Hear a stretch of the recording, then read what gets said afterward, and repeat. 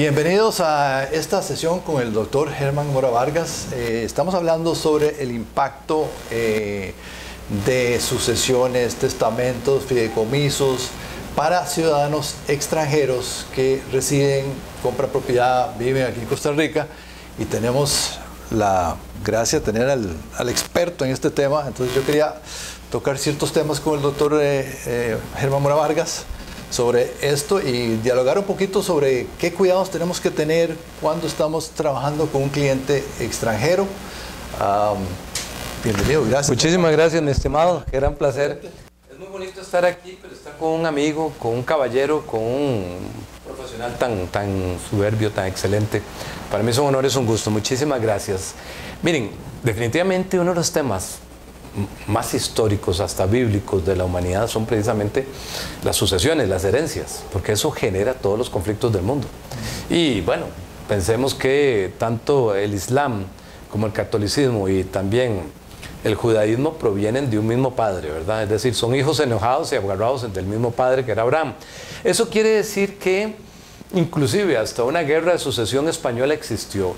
Yo creo que no hay nada en el mundo que esté generando tantos conflictos como las relaciones humanas, y las relaciones humanas tratándose mucho de pensar cuando provienen de un mismo padre, de una misma madre, en fin, problemas de las sucesiones. Es a lo que nos vamos a referir un poco. Siento que en Costa Rica tal vez no han sido tan bien estudiado este tema, que es inminentemente técnico, en el cual sinceramente muchas colegas a veces se involucran tal vez sin tener tanto conocimiento, porque creemos que si la sucesión notarial solo hay que conocer el derecho notarial. No es cierto. Hay que conocer el derecho notarial, el derecho de sucesiones, el derecho civil, el derecho de los contratos, el derecho de familia, código procesal civil y código civil, y no solo el código notarial. Ok, ordenando un poco esto y vamos de atrás para adelante. ¿Qué es lo que ocurre muchas veces con el testamento? Y ahora que tenemos a una persona tan importante, tan carismática, tan influyente como es Roger aquí a la par, que tiene tanto conocimiento de la figura en Estados Unidos, podemos en primer lugar decir que yo creo que tampoco hay nada que se distinga tanto, se diferencie tanto como lo que son las sucesiones en países hispanoamericanos de corte napoleónico, francés, hispanos, de corte romano, el nombre que le queramos poner, a por ejemplo la figura en Estados Unidos. Son situaciones completamente diferentes. Nosotros aquí, como ustedes lo saben, tenemos dos formas de distribuir un capital sucesorio. ¿Qué es la sucesión? Comenzamos por eso. Es donde tenemos a quién sucede, a quién reemplaza, pero realmente no estamos reemplazando. No es como en otros países donde el muerto es reemplazado por el heredero. No, aquí lo que se hace es se liquida. ¿Y qué es liquidar? Muy fácil, tenemos un activo, le restamos lo que debe para distribuir lo que queda el remanente entre los herederos. Es un proceso de liquidación en primer término. Es un proceso que se ocupa para muchas otras cosas. Por ejemplo, para nombrar un albacea para darle representación a la sucesión para que pueda hacer X, o inclusive para poder ser demandada. Entonces, el primer punto, Roger, es esa gran diferencia que existe entre nuestros dos mundos jurídicamente hablando. Como lo dijimos, se puede distribuir de acuerdo a lo que dice el Código Civil 572, se llaman órdenes. Órdenes son, como digámoslo así, categorías. Si tenemos una única persona, la primera categoría, no queda nada más para las otras categorías. Todo le queda a esa primera persona. Pensemos, por ejemplo, que no hay hijos, no hay padres, y el caballero que murió, el causante, que es causante porque causa, provoca la sucesión, va a tener una esposa, esa sería la única heredera. Ya no quedó nada más para los hermanos ni nada por el estilo. El primer orden o el orden prevalente va eliminando los órdenes subsiguientes. Pero la otra forma es tener testamentos, que es otro tema que provoca mucho conflicto.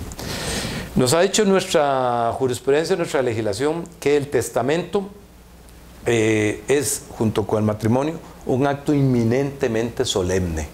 Entonces tiene unos requisitos. En primer término, lo que podemos decir es aquello de que tiene que ser acompañado por 3 testigos. No son 2, son 3. Y lo señalo así con los dedos para ver si se acuerdan, porque ha ocurrido mucho que en testamento abierto ante notario público se ponen 2 testigos. Ok, nulo, van a anular el testamento. Y otro aspecto muy importante, como lo ha dicho la jurisprudencia, es que los testigos no atestiguan, sino que leemos de manera ininterrumpida y en acto continuo.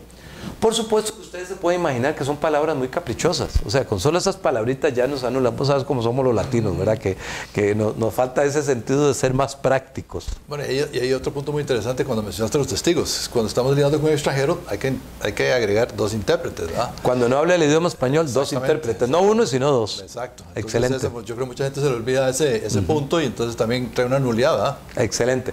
Todo eso provoca nulidades.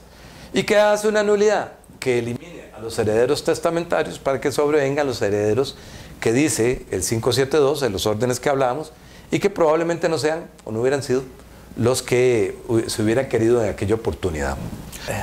Don Germán, otro punto importante cuando estamos hablando de un extranjero haciendo un testamento en Costa Rica es el primer punto de que tiene que tener 2 intérpretes, correcto, están los testigos más 2 intérpretes para asegurarnos de que tenga validez porque no entiende el idioma español, digamos. Entonces uno hace la traducción. Entonces, si podría expandir un poquito sobre esa parte de los Excelente, lo dijiste súper bien. Vamos a ver, en general, cualquier instrumento público que sea a ser traducido puede ser por el notario o por un intérprete o traductor. Curiosamente la palabra significa exactamente lo mismo. En el testamento tienen que ser 2. Voy a hacer una nota a pie de página y pido disculpas, pero vean, porque ha ocurrido mucho proceso disciplinario contra notarios, porque el extranjero, que hay de todo en la vida, a veces también hay personas aventureras, no creamos que todo el mundo es así, la última sumatoria de la rectitud. Y entonces ocurre que dicen, bueno, yo no sabía lo que yo estaba firmando. Ok, consejo de oro. Cuando ustedes, los señores notarios, que tal vez están en zonas costeras, que tienen muchos clientes extranjeros, van a remitirle al notario, al compareciente, perdón, la escritura pública traducida y una copia en el español y una copia en inglés y que se las firme recibida, ¿ok? Y ustedes lo van a guardar en el protocolo de referencia, importantísimo. Ojalá que puedan inyectar esa práctica porque está ocurriendo que muchos extranjeros dicen, yo no sabía lo que firmaba. Siguiendo con el tema de las sucesiones, un elemento importantísimo que tenemos que aclarar, aparte de los intérpretes, es, recordemos, en acto seguido e ininterrumpido. Tenemos que indicar eso en un testamento, aunque parezca mentira. Y leo lo escrito a los comparecientes ante el compareciente, en este caso, una actividad solitaria. No pueden haber comparecientes a no ser que el testamento sea mancomunado. Otra nota a pie de página. Si el testamento es mancomunado, tengamos claro que se puede revocar individualmente. No hay un compromiso de decir, o lo hicimos juntos, lo revocamos juntos. Leo lo escrito al compareciente ante los testigos tales, con sus calidades, tienen que estar ahí. Acuérdense que ahora hay cámaras por todo lado. Y lo aprobamos y firmamos a las tales horas de tal día. Si es un extranjero, ante los testigos tales y los intérpretes tales. ¿Ok? Y acuérdense eso de dar una copia. Ok. Muchas gracias. No, excelente información para todos los que ejercemos y tenemos clientes extranjeros. Otra pregunta muy relevante también es cuando viene el extranjero y tiene bienes en, digamos, Estados Unidos, tiene su casa, tiene un fondo de inversión en Estados Unidos, se muda a Costa Rica, adquiere una propiedad y entonces quiere hacer 2 testamentos. Entonces quiere hacer el que tiene en Estados Unidos, que se mantenga intacto, y quiere hacer uno en Costa Rica, pero limitarlo solo a los bienes que adquirió en Costa Rica. No quiere que se revoque el que hizo en Estados Unidos. Entonces, ¿qué buenas prácticas nos puedes decir sobre este tema? Solo una persona con tanta experiencia y tan inteligente y con tanto mundo como Roger podría preguntar estas cosas porque ocurren todos los días. Vamos a ver, acuérdense que nosotros tuvimos un tema que esto se llamaba originalmente juicios universales. Quería decir que una universalidad, un proceso sucesorio, iba a involucrar todos los bienes. Pero ya la jurisprudencia lo ha visto muchas veces. Miren, distribuir los bienes de un causante, de un muerto, en Costa Rica es muy diferente y muy difícil tratar de hacerlo igual digamos en este caso en Estados Unidos, donde inclusive cada estado tiene sus reglas, ¿verdad? Entonces, aquí opera, porque tampoco no se diga que es prohibido, que se haga un proceso sucesorio en Costa Rica como un proceso sucesorio en Estados Unidos diferente. Lo que pasa es que nunca hemos tenido esa doctrina, esa idea, pero no, repito, no es prohibido. De la misma manera podemos hacer un testamento en Costa Rica como, por ejemplo, un documento, un living trust en Estados Unidos, ¿ok? O un trust en general.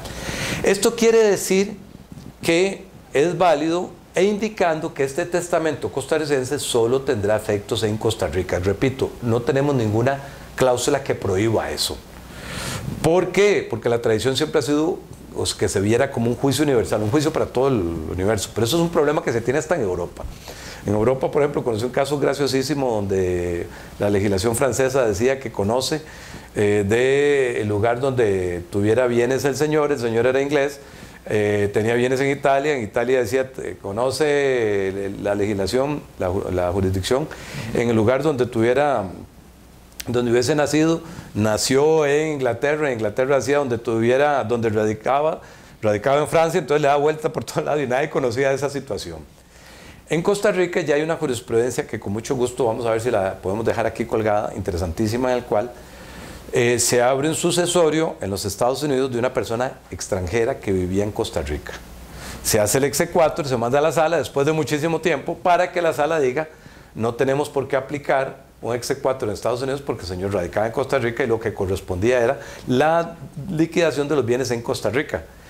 El tema del exequatur crimen o el exequatur es muy, muy complicado. Entonces, eso quiere decir que es mucho más amigable poder hacer un sucesorio en Costa Rica y uno en Estados Unidos en este caso.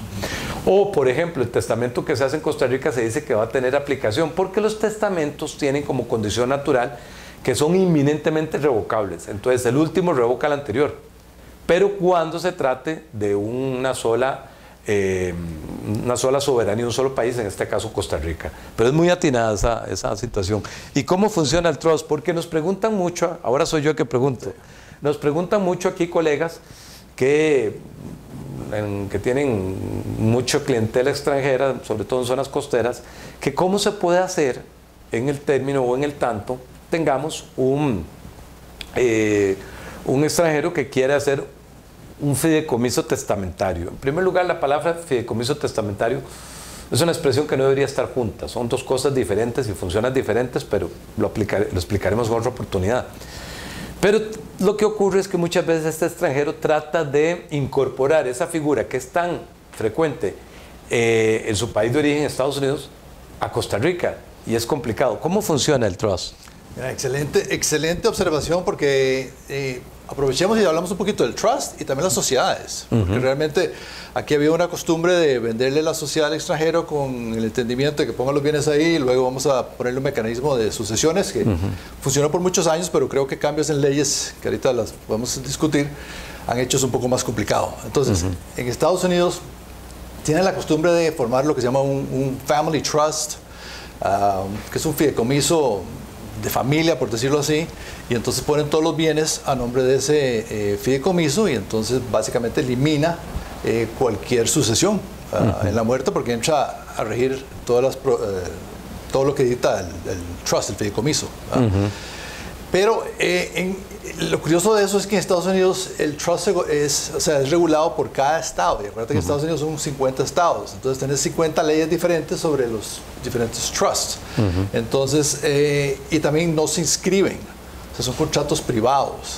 Entonces, cuando uno trata de agarrar un trust norteamericano, y vos lo ves, para nosotros que estamos acostumbrados al sistema notarial, es dónde están los sellos, dónde está el sello de registro, dónde están los documentos, y se asusta uno porque realmente es un contrato firmado, autenticado tal vez por un notario norteamericano. Exactamente. Entonces, ¿cómo lo usamos? La manera que lo usamos es, si el cliente tiene un trust en Estados Unidos y luego pone los bienes en una sociedad, entonces tomamos las acciones de la sociedad y se la traspasamos al fideicomiso norteamericano.